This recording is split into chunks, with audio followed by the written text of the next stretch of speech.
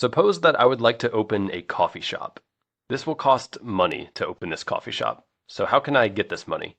Well, one way is I could use debt. So maybe I go to a bank and I say, hey, I would like $300,000 to open a coffee shop.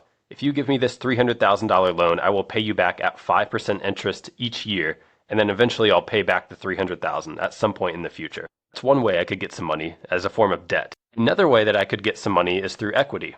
So I might go to an investor and say, hey, if you give me $100,000, I'll give you 10% ownership of my coffee shop. And that would be another way for me to get some money to open this coffee shop. So these are two different ways that I could acquire money or funding or capital for my coffee shop. I could use a combination of debt and equity. Now, one question I might have is, what did it cost for me to acquire this capital, this funding? Well, in finance, we use a term called the weighted average cost of capital, or WACC for short. And we use this metric when we've acquired capital in some combination of debt and equity, and we want to know what was our weighted average cost to acquire this capital. So here's the formula for WACC. So to calculate the weighted average cost of capital, we use this formula, which is just the sum of two different expressions. This first expression here, we have the value of the equity, or in other words, how much money did we get from equity relative to the total amount of money that we raised from debt and equity. So this first piece right here, this is just a fraction that tells us of the total capital that we raised, how much of it was from equity. And then we multiply that by RE, the cost of the equity. So this would be the required return that investors demand just to invest in our business. So they might say, okay, we expect 10% annual returns or else we're not investing in the business. So 10%, that's the cost of your equity. So that's the equity portion.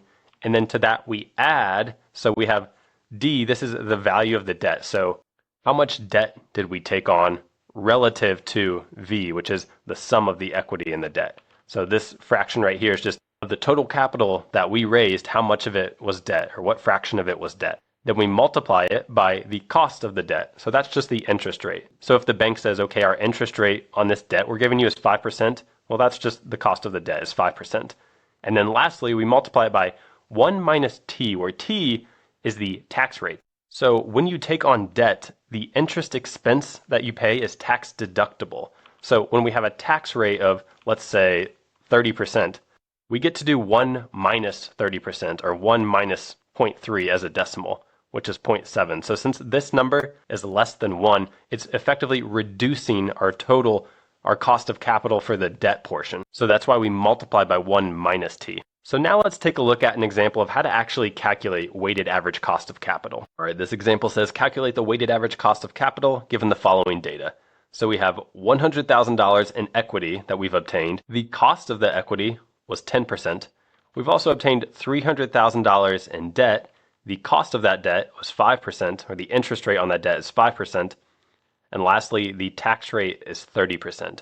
So to calculate the weighted average cost of capital, we're just going to fill in each of these values into our formula up here. So here's what that looks like.